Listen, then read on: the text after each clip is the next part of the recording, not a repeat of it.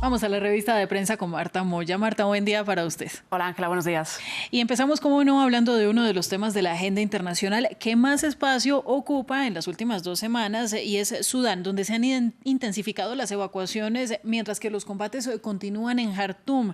Esto lo reflejan medios como Al Jazeera y como la agencia de noticias Reuters. Así es, Ángela, recordemos, ¿no? Todo esto empezó el 15 de abril en el estallido de los combates entre el ejército liderado por el general al-Burhan y el grupo paramilitar Fuerzas de Acción Rápida liderado por Mohamed Hamdan Dagalo.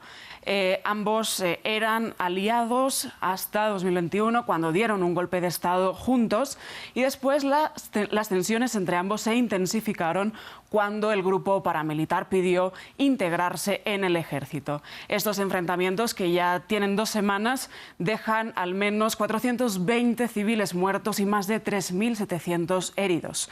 Además, los sudaneses que viven en la capital están atrapados en sus hogares, muchos sin acceso a agua o alimentos.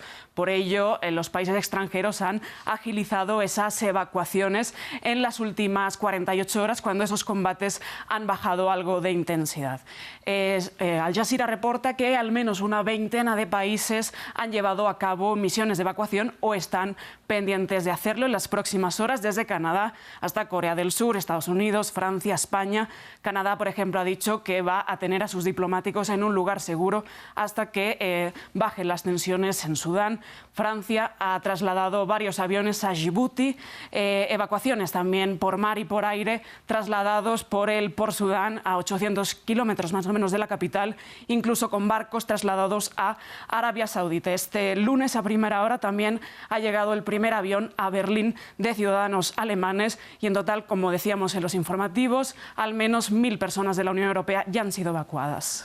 Y no tenemos, sin embargo, muchos detalles de cuántos de cada nacionalidad. Pero bueno, 2 semanas de conflicto, esto no parece mostrar un final, Marta, así que le voy a pedir que cambiemos de tema. Hoy se cumple 1 año desde que el presidente de Francia, Emmanuel Macron, asumió el poder por segunda vez. Un año bien complicado y las portadas francesas lo reflejan, como es normal, digamos. Así es, Ángela, y hemos destacado 3 portadas de este lunes de la prensa francesa. Vamos a empezar por Le Monde, que titula: 1 año después de su reelección, Macron aislado enfrenta el resentimiento del país.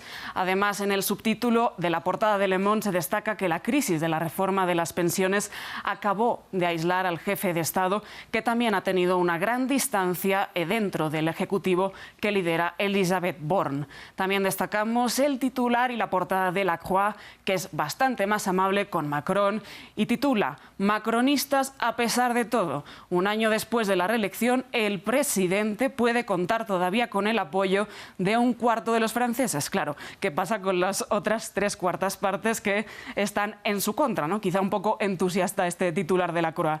Y también destacamos la portada de Liberación, en la que vemos a Macron haciendo equilibrios en el mango de una olla, y titula Liberación: 1 año después de la reelección, huele a quemado. 3 meses después del inicio de las protestas por la reforma de las pensiones, a la cola en las encuestas y sin una mayoría clara en la Asamblea Legislativa, Macron intenta mantener el control. Hemos destacado también una viñeta de Liberación que firma Coco, en la que se ve a Macron en esa misma olla navegando en un lodazal y dice algo como: joder, todavía quedan 4 años, que es cuando están previstas que se celebren las próximas elecciones. Y no está claro cómo llevará a cabo su agenda legislativa, Marta. Así es. Vamos nuevamente a otra noticia importante, porque sigue llamando mucho la atención internacional la detención de un periodista de Wall Street Journal. Ahora son 300 excorresponsales de Moscú quienes se han unido para pedir su liberación. Lo dice The Guardian y también habla del tema de Moscow Times. Sí, Ángela, recordemos, Ivan Gershkovich, periodista de The Wall Street Journal, fue detenido el pasado 29 de marzo y acusado por espionaje. Es el primer periodista estadounidense detenido bajo estas condiciones desde el final de la Guerra Fría. Unos cargos por los que se ha declarado inocente y que Rusia dice que fue pillado con las manos en la masa mientras intentaba conseguir documentos clasificados. Ahora, colegas de 22 países excorresponsales en Moscú han firmado un memorando, una carta dedicada al ministro de Exteriores, a Sergei Lavrov, por la que piden que se libere al periodista Gershkovich. Dice que con su detención y y con los cargos que enfrenta, da una señal Rusia peligrosa e inquietante sobre la actitud del gobierno, del Kremlin, hacia los medios de comunicación. Además, dicen sentirse consternados y conmocionados por la detención de su compañero y dicen que su trayectoria le avala. Por otra parte, el Moscow Times dice que 22 periodistas rusos están actualmente en prisión por ejercer la profesión y que Rusia se ha convertido en uno de los países más peligrosos para ejercer el periodismo. Esta cifra podría aumentar con las leyes de censura rusa y además dice que la mayoría de estos periodistas encarcelados pertenecen a regiones rusas y por tanto sus casos no son tan mediáticos. Ahora, la última noticia es otro matiz que tiene que ver con la guerra de Ucrania. Es curioso además porque el hijo de un alto funcionario ruso participó al parecer en la guerra de Ucrania y bajo instrucciones del grupo Wagner. Sí, Ángela, nos referimos a Nikolai Peskov, el hijo de Dmitry Peskov, el portavoz del Kremlin. Es raro que un familiar de un alto funcionario del gobierno participe en activo en un conflicto.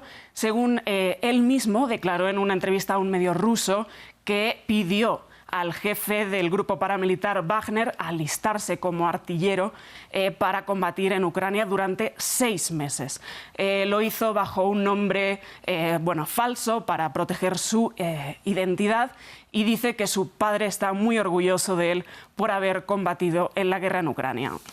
Pues Marta, hemos llegado ya al final de la sección por el día de hoy. A usted gracias. Muchas gracias, Ángela.